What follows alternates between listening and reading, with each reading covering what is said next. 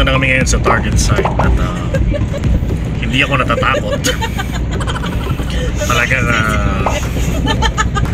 zero visibility sa labas. At papunta kami sa sinasabi nilang Diplomat Hotel. Kasama ko ang aking team. Ayun ang aking team.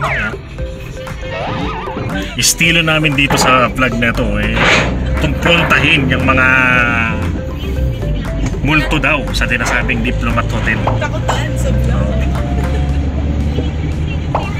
Punta na kami.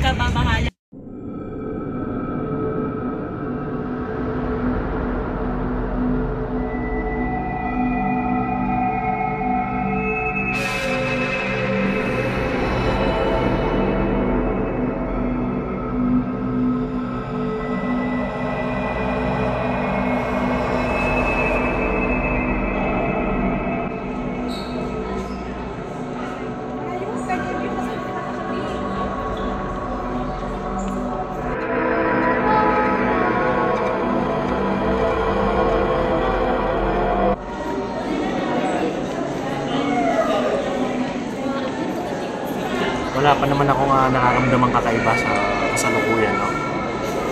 At yung nakikita nyo dyan, totoong tao talaga yan. Hindi yan multo.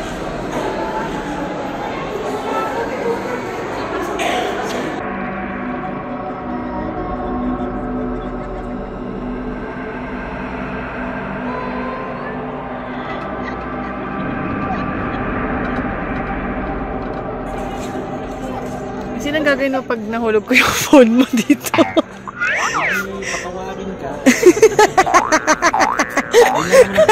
Patawarin ka. Pero pag ako yan. Pag ikaw, patawarin.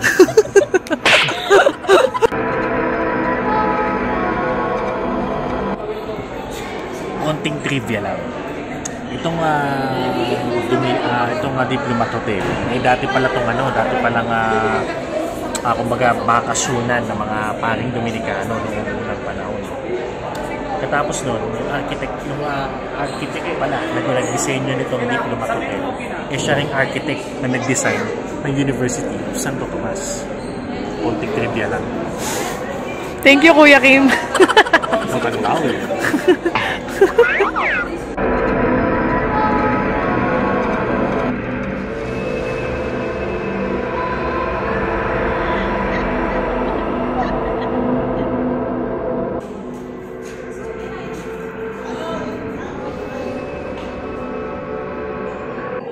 Magandang gabi.